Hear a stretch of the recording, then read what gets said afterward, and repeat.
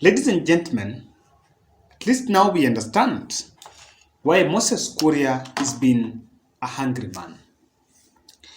The aspirants that are seeking elective seats through Chama cha Kazi are the ones that were tasked with the sole responsibility, or are the ones that Moses Kuria is targeting to finance the operations of Chama cha Kazi. By the time the transfer window of political parties, of members signing to different political parties was closed on Saturday, the 26th of March, Chama cha Kazi only had 29 aspirants. And there is something that kept on coming, that if Chama cha Kazi was supposed to rival UDA and Jubilee in central Kenya, how will it just become that distant third in 2010? In fact, even ODM party had more aspirants from central Kenya than the Moses Kuria's party. Then it seems there is more than what catches the eye. A lady aspirant known as Mercy Madhai has exposed a plot by Moses Kuria, and actually Moses Kuria was captured in the screenshots that were leaked red-handed, asking an aspirant to step down from parliamentary seat so that she can finance the party in the event that if Moses Kuria wins the Kiambu governor seat, she's going to be appointed a sec there. Now, I want us to look at that post. This lady known as Mercy, a very young lady, moved to CCK seeking a ticket run for the Kiambu parliamentary seat. She paid the 120,000 fee that was needed. Now, yesterday, she got a text from Moses Kuria asking her to step down. Now, and part of it, the step down, finance the party, and she'll get the job. Now, that's not all.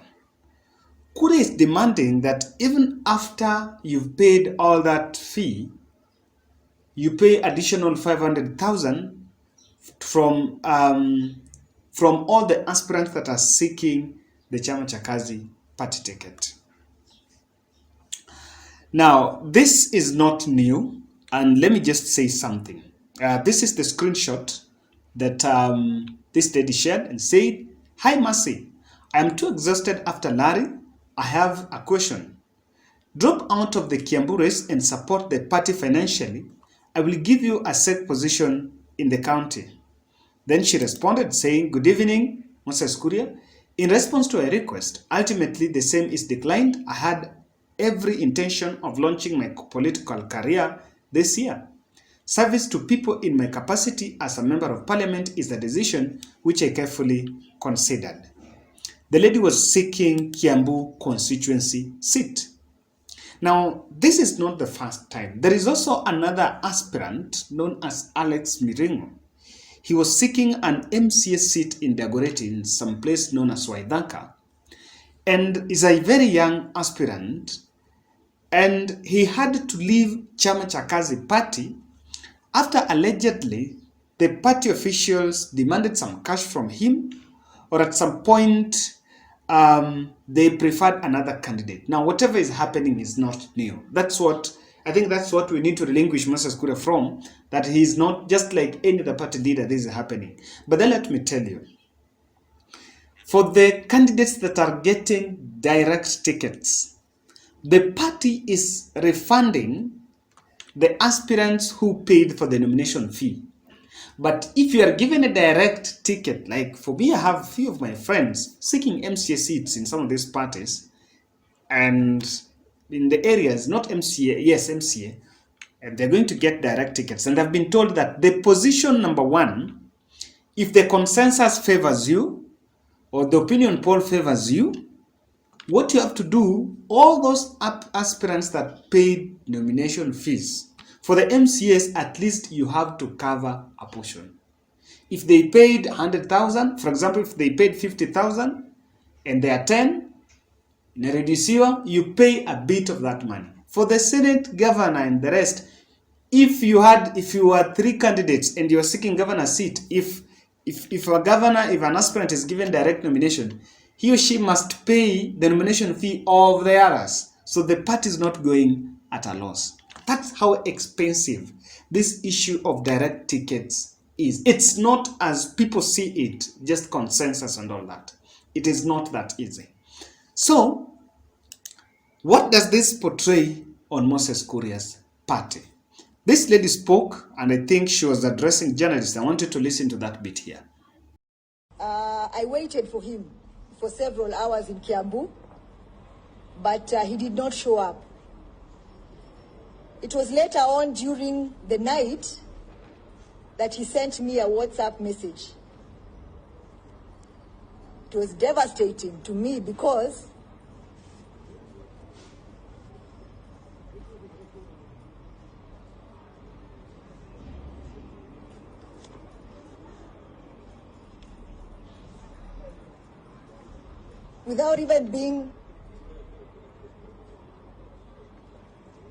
without being subjected to a nomination process, he told me to step down from the race, and instead he had the audacity of asking me to fund the party, and in return, if he succeeded as the governor, he would offer me a job at the county. Of course, that is an offer that I quickly turned down.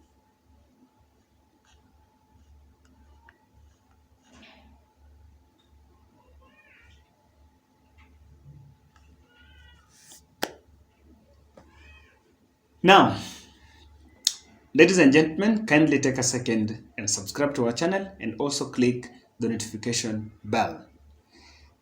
If you look at this scenario, the way it's playing out, there is something that is very clear. And I want to get interpretation here of this scenario. Number one, Moses Kuria is broke, or Chama cha Kazi is broke. And even if not, I think this is part of his wider scheme. The push to use Chama cha Kazi. You know, initially when Chama cha Kazi was formed, he actually made it clear that he was not going to seek any elective seat and will just strengthen the party. So he wanted to strengthen that party. Then I think at the moment he realized, he decided that he was going to seek Kiambu seat, he was maybe broke. So the best way he was using to collect maybe some funds was through the Chama cha Kazi aspirants who are seeking seats through Chama cha Kazi. Then as what he's saying, there is nothing like fund the party. It's actually fund the party leader. There is nothing like fund the party. So what this shows here is that he wanted at least to collect these funds, and ultimately this is what the party leader will use, because what he's using to convince these people to step down is the Kiambu governor seat, which he has not got. He's also seeking it. The other thing that I'm seeing here is this. So if Moses Kuria is telling this lady to step down, there are only two probabilities. One, there is another preferred candidate in that seat that maybe is the highest bidder or now has more money and is going to buy the Chama cha Kazi ticket. That is number one. Number two, there could be that there is an agreement between Moses Kuria's party and UDA that if maybe with all other situations that UDA was going to field few seats in very few seats, field candidates in very few seats in central Kenya, in the event that he is supported for the Kiambu governor seat.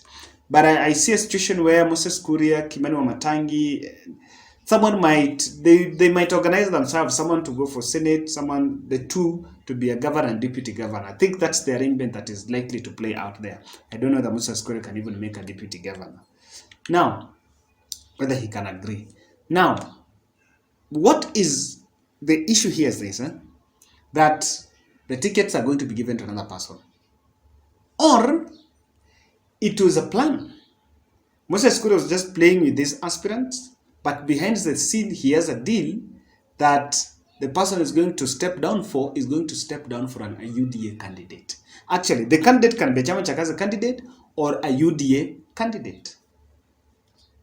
Because now if you see, I think recently what I saw is that Jubilee Party is giving Moses Kuria and UDA, Moses Kuria's party and UDA a run for their money in central Kenya. In fact, this just today, some defectors joined Jubilee Party from Chama cha Kazi.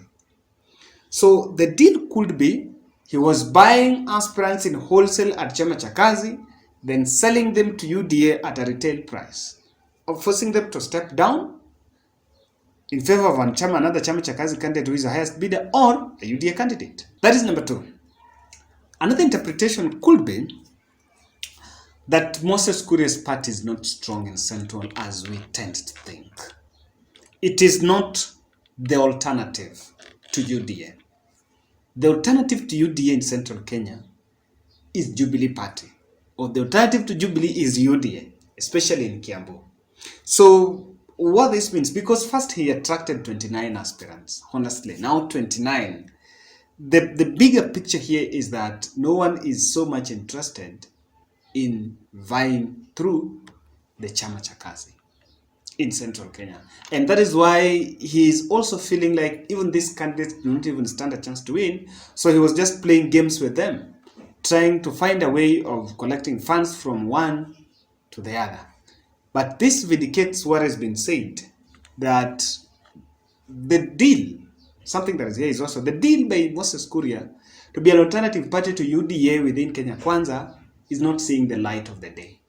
Because that was initially, that was people who would fear being with William Ruto were to go to Moses Kuria's party. But now if they're leaving Moses Kuria's party and they're going to Jubilee, it means the scheme for it to be an alternative party to UDA have also backlashed. What do you think?